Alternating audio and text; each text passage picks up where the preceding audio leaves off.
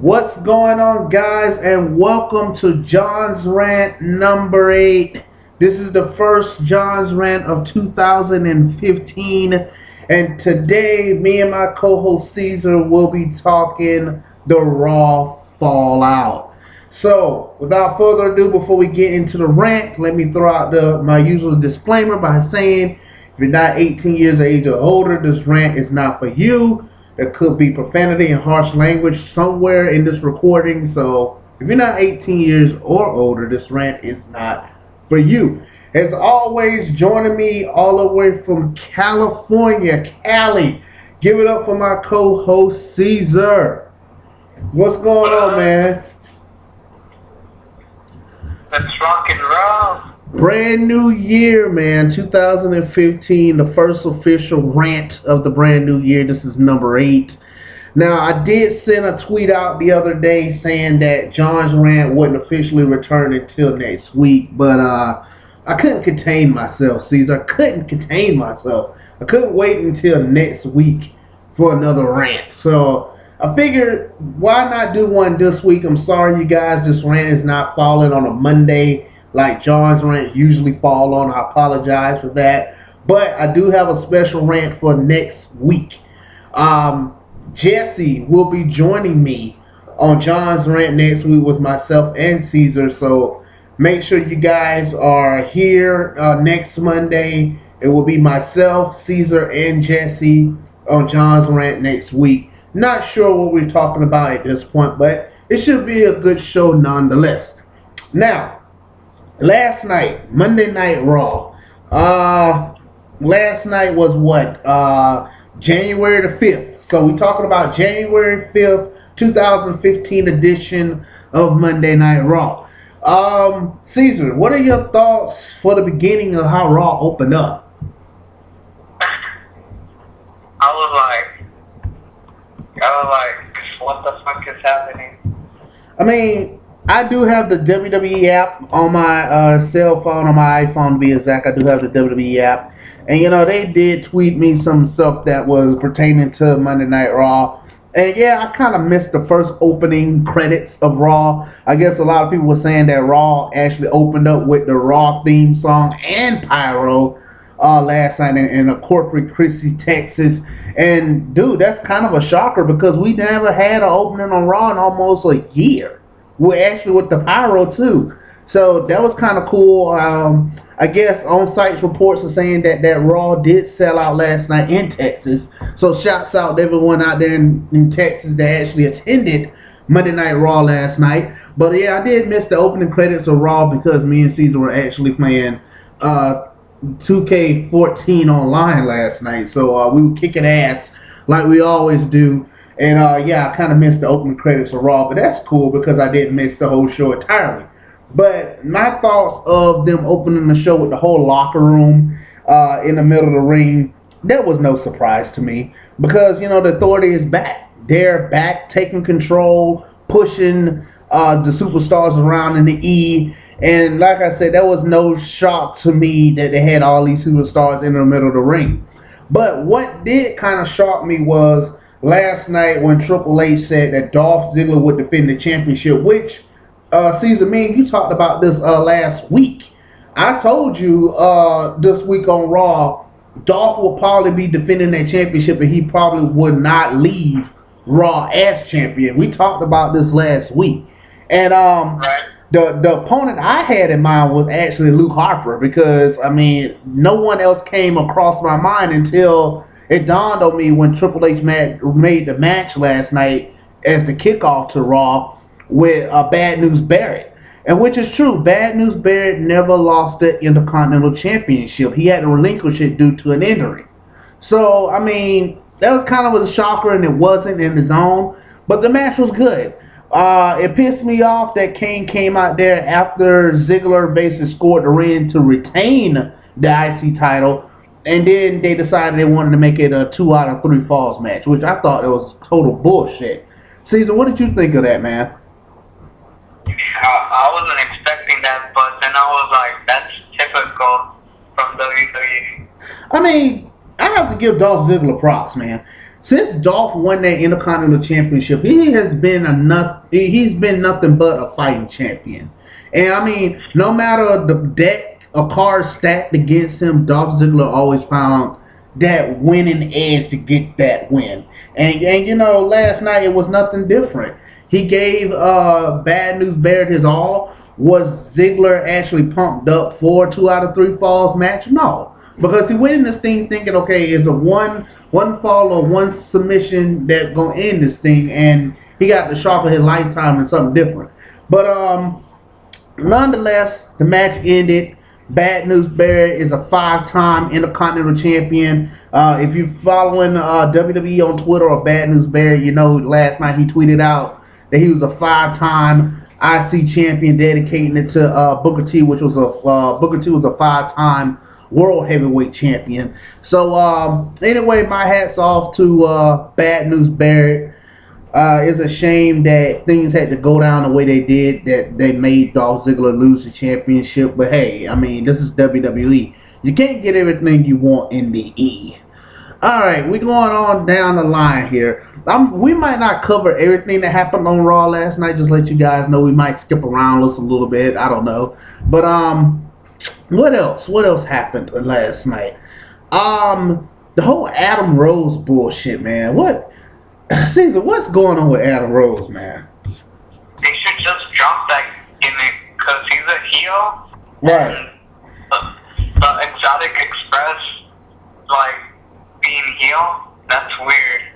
Like, the Bunny can take over the gimmick. Right. I mean, we have not seen the Bunny in the E for a while now, ever since that Tombstone power driver delivered by Kane. And then Adam Rose took him out. Right. And what also pissed me off, okay, last night we got another glimpse of the New Day. You know, the New Day hasn't been on Raw for a minute either since they debuted. They have not been on Raw. And last night, you know, the New Day was basically in action. One third of the New Day, Big E, was in action against Adam Rose for something that went down on the WWE app, which I'm not sure what happened. But I guess the Authority ended up making a match between these two guys. And honestly, this match looked pretty good until we see two maskless guys in tight, no-face costumes show up. Which honestly, I was on the edge of my seat for that because I was like, holy shit, who are these two guys that just manhandled Big E, the whole New Day? I mean, they took the New Day out with ease. And then when these guys were just taking off the mask and Cesaro face popped out of one of them, I'm like, oh my god, dude, why the hell did the E just fuck this up? I mean, honestly, the E could have actually ran with this one for a minute. I mean, in my opinion. I mean, what's your thoughts on that, Caesar, with Tyson Kidd and Cesaro dressed up as these maskless guys that attacked the New Day last night? At first, I didn't know who it was. I thought it was a new wrestler. I was like, who are they? Right.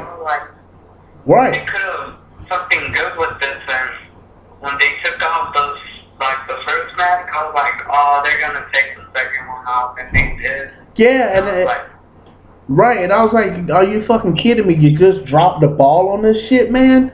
Why drop the ball on this? They honestly could have ran with this for a minute. Instead of revealing them last night, they could have ran with this for at least a few weeks. I mean, that was a sick-ass finisher that Tyson Kidd and Cesaro delivered to Big E. I'm not sure what they're calling that finisher, if that's going to be their permanent tag team finisher, but that finisher was sick. It was sick. But my thoughts is, what is the E planning on doing with Cesaro and Tyson Kidd? Are they a part of the Exotic Express? I mean, what the hell? I mean, I was scratching my head at the end of this because they were celebrating and dancing with Adam Rose. Adam Rose forcing some of his pals to dance around and shit. But what does this mean for Tyson Kidd and Cesaro? They're officially a part of the Erotic Express. I don't know. Maybe we'll find out next week. I was scratching my forehead because I was like, I don't know what's gonna happen. Like, that's weird. Yeah. Another thing. Roman Reigns and Big Show. I don't know where the E is going with this. I honestly don't know, but it's getting boring. It's getting stale. I mean, last night Big Show took out Roman Reigns with the steel steps by DQ, so Roman Reigns run by DQ. When it looked like Roman Reigns was down and out, Roman Reigns hit a force spear so hard that the steel steps collapsed on Big Show's beam head in the middle of the ring, causing him to have cobwebs. Mind you, we didn't get no kind of medical update on the Big Show as far as the steel steps crashing on his head last night. So one can only assume that the Big Show is okay because of what happened after Raw went off the air. I guess John Cena called out Seth Rollins and they had a dark match and Big Show came out. So I'm taking it Big Show is okay since we didn't get a medical update after the steps collapsed on Big Show's head from that spear. So but you know, Roman Reigns versus Big Show, I don't know. To me, it's feeling stale, and I just hope they don't do another match with these two for right now, at least. Caesar, what are your thoughts on it? Like, that rivalry, I'm not feeling it. I don't know, man. Like I said, the E keep giving us whack ass shit, and it's becoming to be stale at best, you know. Let's move on down the line here. All right, Luke Harper and Eric Rowan. That match, I don't know, man.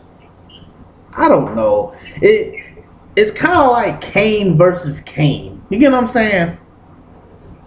That match, I don't know. I think they just did that match to waste time or just to fill a void for Monday Night Raw. I wasn't into that either. I don't know. Caesar, what's your thoughts on Luke Harper and Eric Rowan?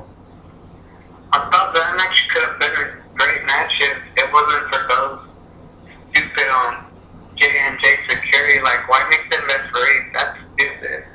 Yeah, I mean, I'm tired of the Stooges. And by what I mean by Stooges, J&J Security and Seth Rollins, those are the new three Stooges of the E. Hell, they worse than Pat Patterson and Jared Briscoe, J&J Security are. And for anybody that know Pat Patterson and Jared Briscoe back in the Attitude Era, they were the Stooges to the corporation. So that's what J&J Security is now to the Seth Rollins, is the Stooges. So honestly, they could have kept their nose out of that matchup, and it probably would have been a great match. But of course, it didn't end that way. It ended with Luke Harper scoring the pinfall courtesy of J&J fucking Security. What the fuck, E?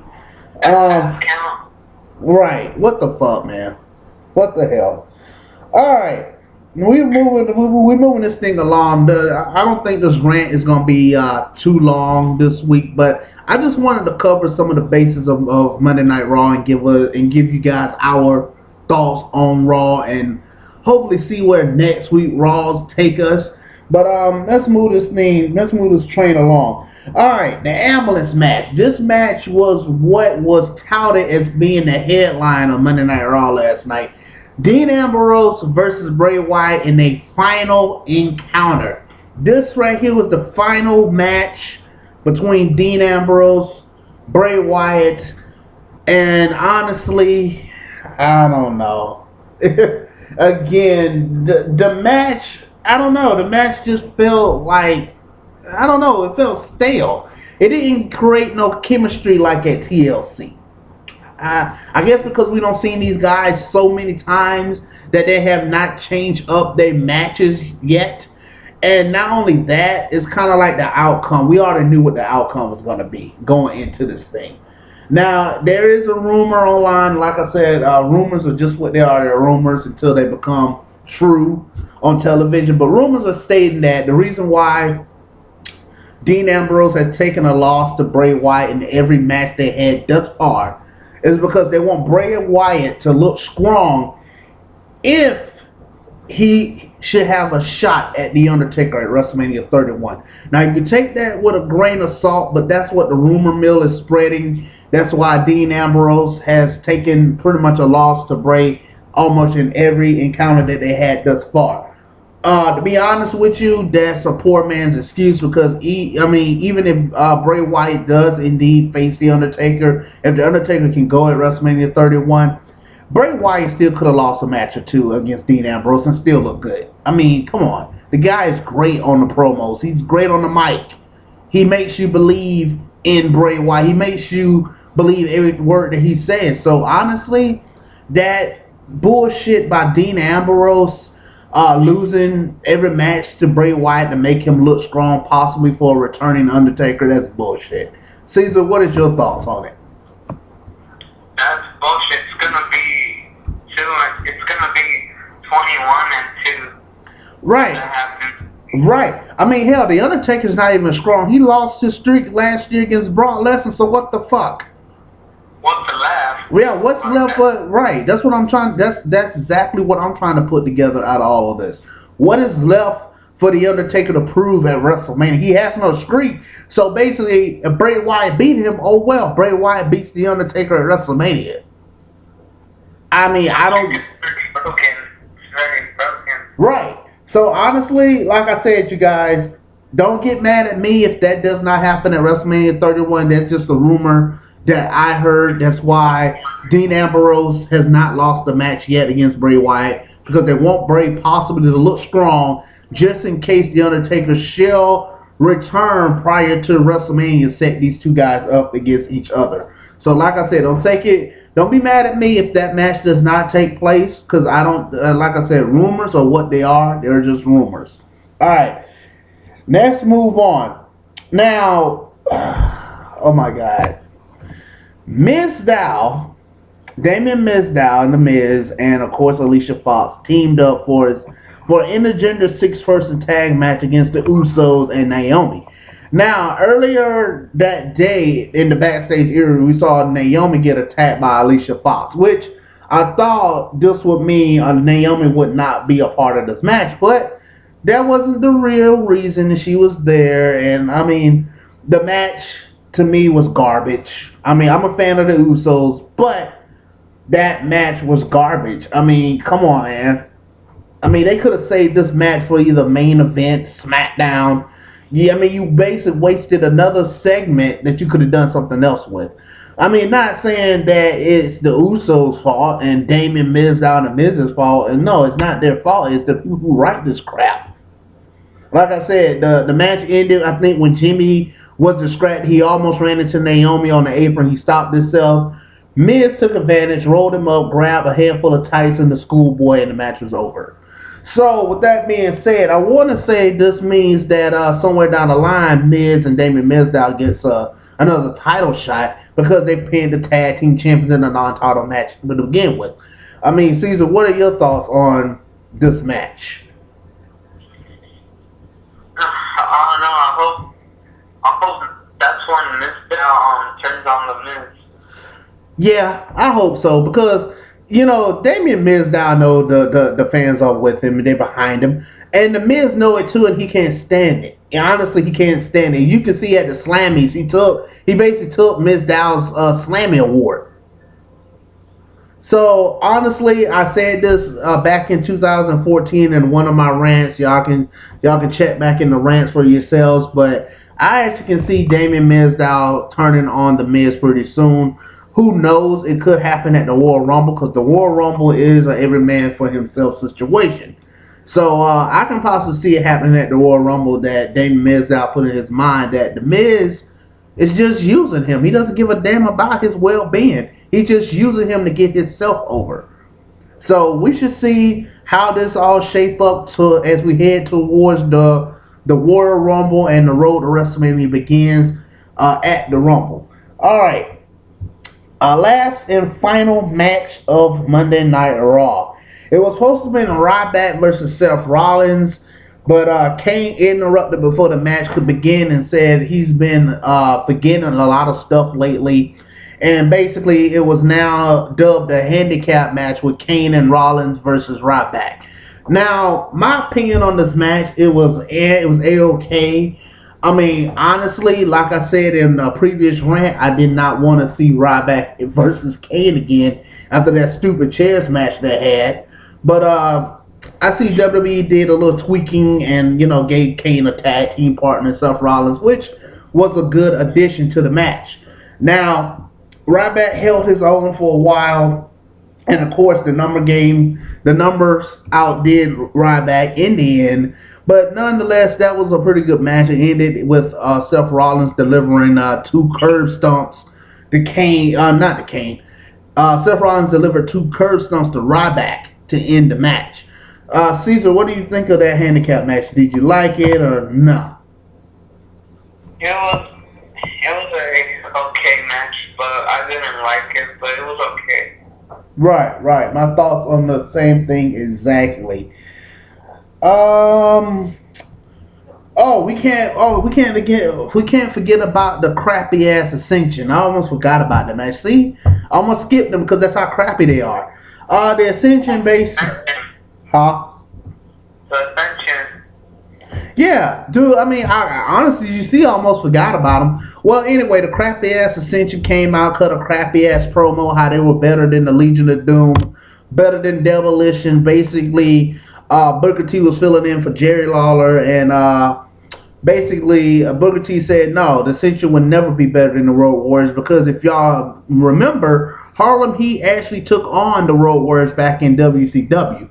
So I can agree with Booker T that the Ascension would never be better than the Road Warriors. Hell, their gimmick sucks. Division. What tag division? There's the same tag teams. Like, they're not crappy, but the tag team division is kind of dead. There's no competition. I mean, I feel like there's competition in the tag team division in the E. It's just that the E doesn't believe in their tag team division. It's a difference. Honestly, it's a difference. I mean, you keep calling these guys up from NXT. These guys from the NXT supposed to be the future of the E. And like I said, when they called the Ascension up, I had high hopes for them. And now we got this little dumbass gimmick, welcome to the fucking wasteland. I mean, this is gay. I mean, come on, E. I mean, y'all have to do something here, man. You got to make the Ascension look strong the same way y'all did in NXT. Those 2 guys dominated the NXT, and it took 2 luchadors to actually beat them for the NXT championships to begin with. So why can't we have that same Ascension that we had in NXT on fucking Monday Night Raw? Is that so hard? No, I don't feel it. I mean, like I said, dude, I don't understand. It's like the E chooses what they want to do with a character, with a superstar's character and a gimmick. I mean, this gimmick right now of the Ascension is bullshit. It kind of reminds me of when Ryback debuted. He's just squashing local jobbers and shit. I mean, the Fall of Man, that finishing move, I've seen it before countless times. If you played any of the WWE video games, that move, the Fall of Man, is in a WWE video game. Trust me, it's there. I've seen it. But my thing about it is this: the Ascension looks like garbage right now. I mean, people are sounding off on Twitter, on the forums, anywhere you can think of, and they're saying how garbage the Ascension is. And I have to agree with them. Their tag team gimmick right now is garbage. And I'm afraid if WWE doesn't shape their gimmick up, hell, they might as well just send them back down to NXT, because this is bullshit. That's my thoughts on the damn Ascension. I mean, and people on the main roster are trying to go to NXT because all that bullshit. Right, pretty much. But let's get down to the final segment of the evening for Monday Night Raw. Now, in the midst of all this bullshit that, in the beginning of the opening segment, basically Stephanie and Triple H dubbed the rest of the night being John Cena Appreciation Night, showing different clips of Cena from his debut to him beating JBL for the WWE Championship and all types of crap. And we lead to this final moment. Basically, the Authority comes out, invites Cena out to the ring. He basically tells Cena that, they got some things for him. The Authority brings out Ryback, Eric Rowan, and Dolph Ziggler. Mind you, these 3 guys got their ass kicked early on in the evening. And honestly, the E fell short on this one. I think they let everyone down out there on YouTube, in the WWE universe, wherever. They let everybody down on this last and final segment to end Monday Night Raw. Because honestly, just like me and you talked about last week, Caesar, Dolph Ziggler came on the YouTube channel for WWE and gave his thoughts of what happened. Basically, John giving the power back to Authority. And, Dolph summed it up in all of one word, is that, we put everything on the line that we had to get them out of power, and it was like it was a waste. It was for nothing. So, last night, the E, again, brought out the teammates of the Survivor Series, Team Cena, and basically they were going to hand out punishments. The punishment was, no pay for all men or a suspension for all 3 men. But we actually saw that take a turn for the worse. The Authority headed to the ramp, and they basically announced that Dolph, Eric Rowan, and Ryback were fired. And basically they said, courtesy of John Cena, these guys were fired. And then basically the confetti fell with the balloons and bullshit. The appreciation. Right. We saw the dumbass look on John Cena's face like, what the fuck have I done? And pretty much that's where Raw ended last night. Now, if you ask me, you guys, I'm with a lot of people that chimed in on us on Twitter last night. And a lot of people are still chiming on Twitter today about this. Dude, WWE, again, you guys dropped the fucking ball on that segment, that final segment. Instead of firing all 3 guys, why not you let Ryback, Dolph, and Eric Rowan beat the shit out of John Cena? Honestly, that couldn't have been me standing in that ring looking at John Cena like, what the fuck? John Cena would have been looking up at the damn ceiling in that arena last night. That whole segment fell flat to me. And like I said, me and you was talking about this last night, Caesar, after the conclusion of Raw. What's going to happen now? Basically, now Cena is riding in the Royal Rumble with a lot of guilt on his shoulders. He cost 3 men their jobs. And like I told you last night, I mean, I could be wrong about the storyline and how it's going. But I want to say this. I'm just going to make a bold prediction for next week's Raw. If it happens, it happens, and you guys can say, oh, John made the prediction. I'm predicting next Monday Night on Raw, Cena's going to roll into Monday Night Raw with a big announcement for the Authority. Something I think the Authority going to like just as well. Because honestly, I do believe the Authority want to fire John Cena as well. But they can't really, they can do it. But I think they want Cena to be man enough and fire himself. So what I'm saying is this. Next week's Raw, John Cena rolls up.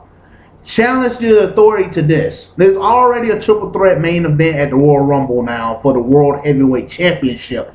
It's Brock versus John versus Seth. So, what can make this match bigger than what it already is? John Cena putting his career on the line for 3 other guys' career and the WWE Championship. Meaning, if John Cena does not win at the Royal Rumble, that will be the final time we see John Cena in a WWE ring. Meaning, John Cena will not make it to WrestleMania 31. But, if John Cena should win, not only will he win the WWE World Heavyweight Championship from Brock Lesnar, but he will also get the jobs back of Dolph Ziggler, Eric Rowan, and Ryback. Caesar, what do you think about my bold prediction, man? Do you think this is possibly something Cena probably could do next week on Raw? That might happen. I mean, guys, think about it. I mean, it's not hard to predict stuff in WWE. And 9 out of 10, when you predict stuff, 9 out of 10 actually happens. I mean, that's what I said about the E thus far. The new version of the E versus the Attitude Era is so fucking predictable. In the Attitude Era, you can predict half of the shit they were planning for Monday Night Raw. Or even for SmackDown, for that matter.